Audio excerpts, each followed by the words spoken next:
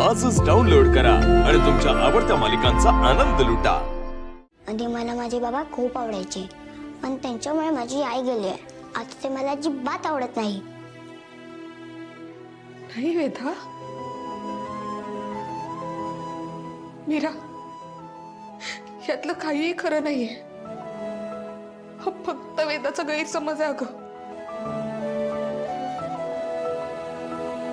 वेदा, तू आपल्या आईसाठी पण नाही बोलणार का हे?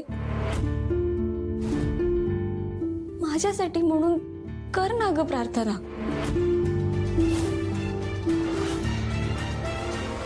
ठीक आहे, करते।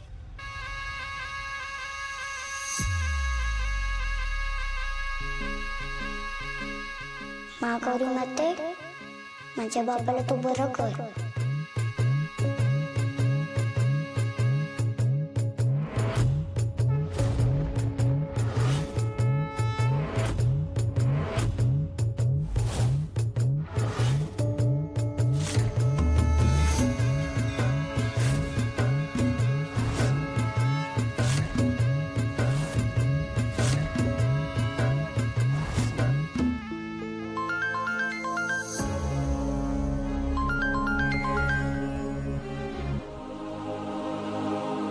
हॅलो, हा नन्याताई।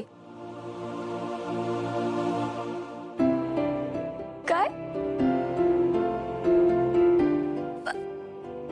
हो, सांगते।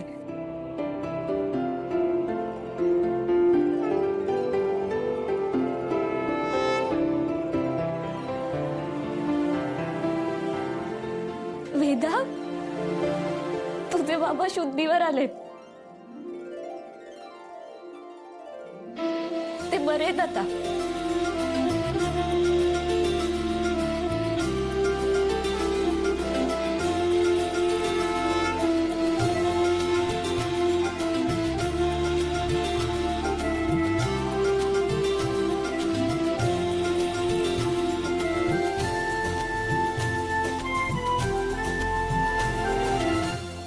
मीरा,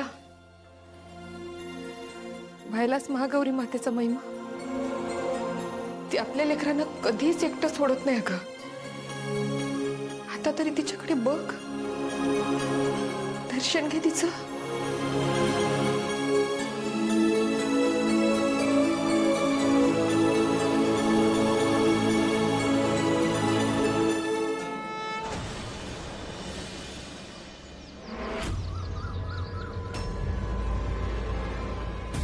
दोघांच्याही नशिबाचे फासे सारखेच पडतायत।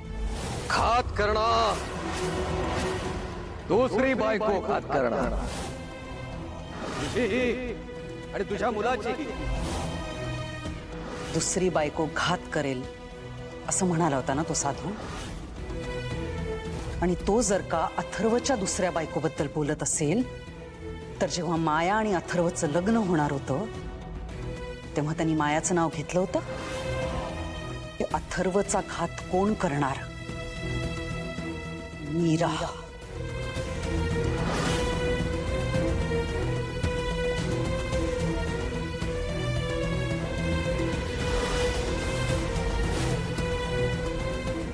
याला म्हणतात दुसऱ्या बायकोने घात करणं।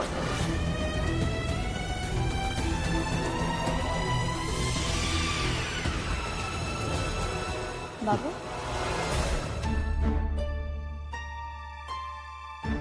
दामोदर काका, अजित आणि आई हॉस्पिटलमधून निघाले। दादा येईलच आता। अथर्व, कधी एकदाची तुम्हाला बघते असं झालंय। अनन्या, अथर्वला एवढी मोठी दुखापत झाली, पण मंजिरीने मला त्याला हॉस्पिटलमध्ये साधं भेटू पण दिलं नाही। बाबा, त्या गोष्टीचा नका ना विचार करू। प्लीज शांत व्हा तुम्ही। दादा येतच असेल।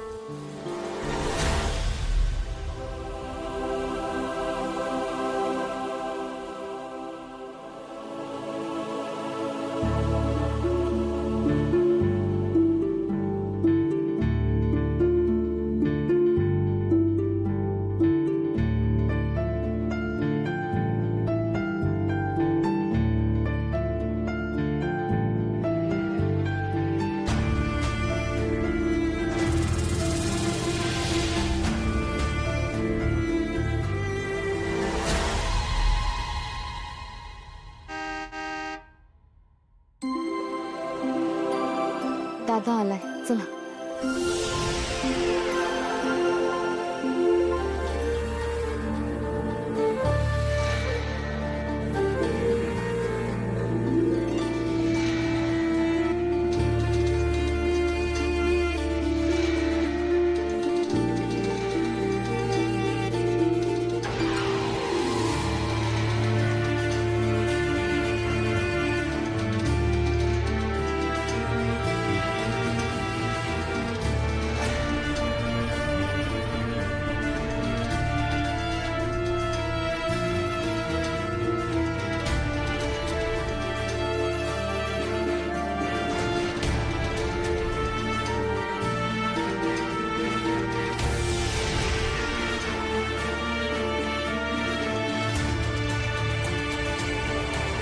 मंजिरी काय म्हणाले डॉक्टर?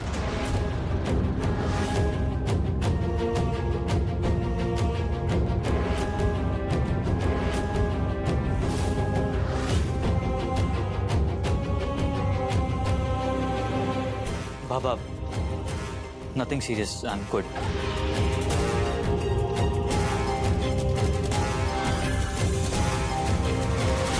अरे काय सिरियस नाहीये अथर्व.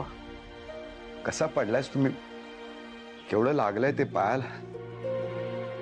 नर्मदा, अथर्व खूप मोठ्या संकटातनं बाहेर आलाय. त्याचं औक्षण करायला हवं.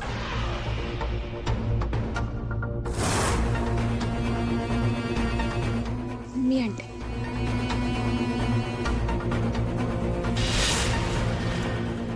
मंजिरी वहिनी, खरं तर मी ताट तयार करणार होते, पण हिने आधीच तयार करून ठेवलं होतं.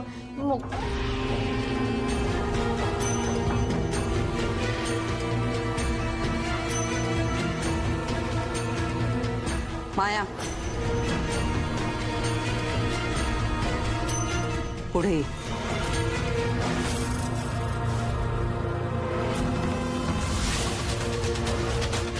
माया, ऐकलं नाहीस का? पुढे ये.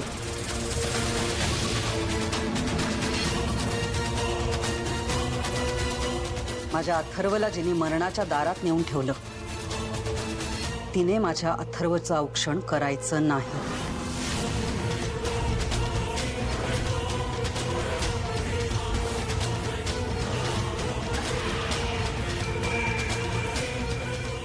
दुखण्यातून बरं झाल्यानंतर औक्षण हे चांगल्या मनाने करावं लागतं. माया, अथर्वचं औक्षण तू करायचंस.